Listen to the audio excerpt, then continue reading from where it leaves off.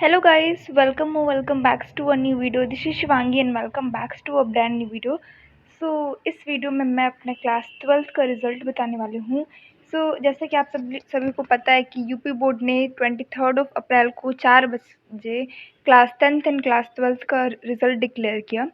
And इस result का सबको बहुत ही ज़्यादा बेसब्री से इंतज़ार था, इवन मुझे भी था, but the result was so disappointing that I can't even tell you guys. भाई मतलब यूपी बोर्ड की जितनी बुराई कर ली जाए ना उतनी कम है। मतलब यूपी बोर्ड कूड़ा बोर्ड के बराबर हो गया है। पूरे बच्चों के पूरे साल की मेहनत है, ये सब रिकॉर्ड बनाने के चक्कर में ख़राब कर दे रहे हैं सब। भाई मतलब क्या ज़रूरत है कि तुम 53-54 लाख बच्चों की कॉपी तुम 15 दिन में चेक कर रहे हो? क्या इतनी तेज़ी है? सबसे पहले तो मैं आप लोग को अपना रिज़ल्ट बता देती हूँ, देन उसके बाद बातें कंटिन्यू करेंगे। सबसे पहले तो मेरा ओवरऑल परसेंटेज अभी नहीं बताऊँगी, पहले सब्जेक्ट वाइज़ बताते हैं। हिंदी में मेरे मार्क्स है 98 out of 100 which is good. English में मेरे मार्क्स है 80 आउट ऑफ 100।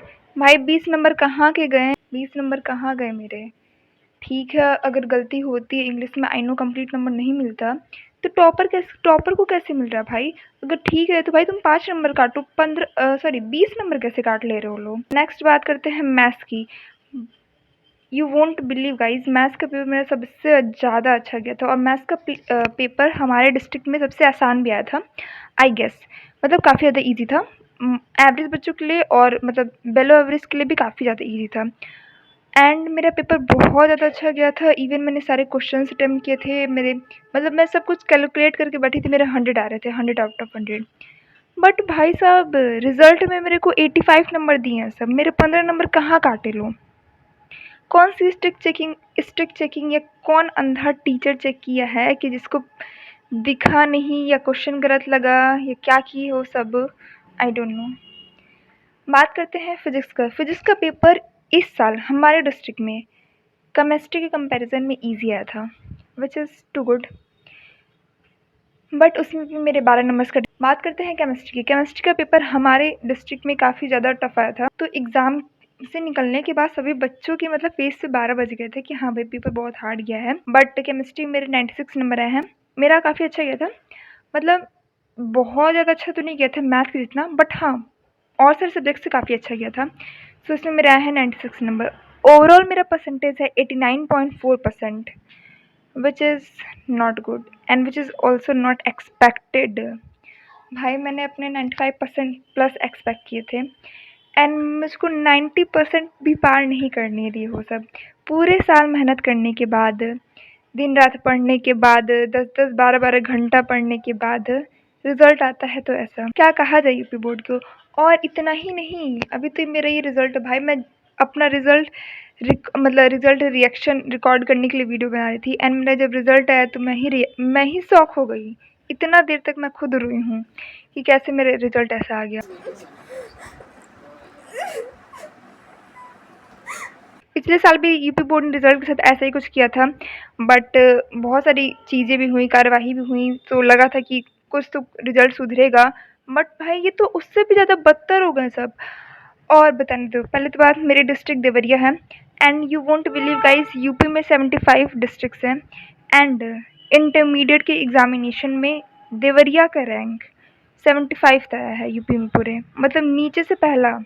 भाई कहाँ जा रही है देवरिया की कॉपी चेक होने के लिए? और कौन है वो लोग टीचर जो चेक कर रहे हैं?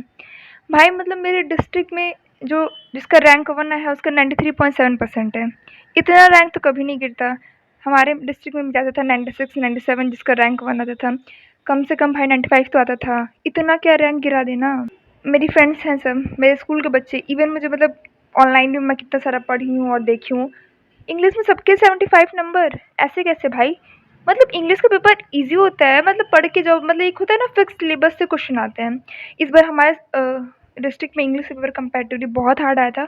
ग्रामर पूरा आउट ऑफ, जैसे होता है ना कि आप लोग बोलते हो कि पीवाई, मतलब बोला जाता है कि पीवाईक्यू पढ़ लो उससे आ जाएगा, बट ग्रामर इस बार पूरा आउट ऑफ पीवाईक्यूज़ आया था, बहुत हार्ड था। बट भाई मतलब फिर भी मेरे सारे ग्रामर को सही थे, मैंने सारा मैच किया था गूगल से एंड देन 20 नंबर काट लिए सब। ठीक है भाई, मेरे तो 80 हैं, सारे बच्चों को 75 मिले हैं ऑलमोस्ट। एंड बायो में 82 नंबर सबको मिल रहा है। भाई क्या बात है?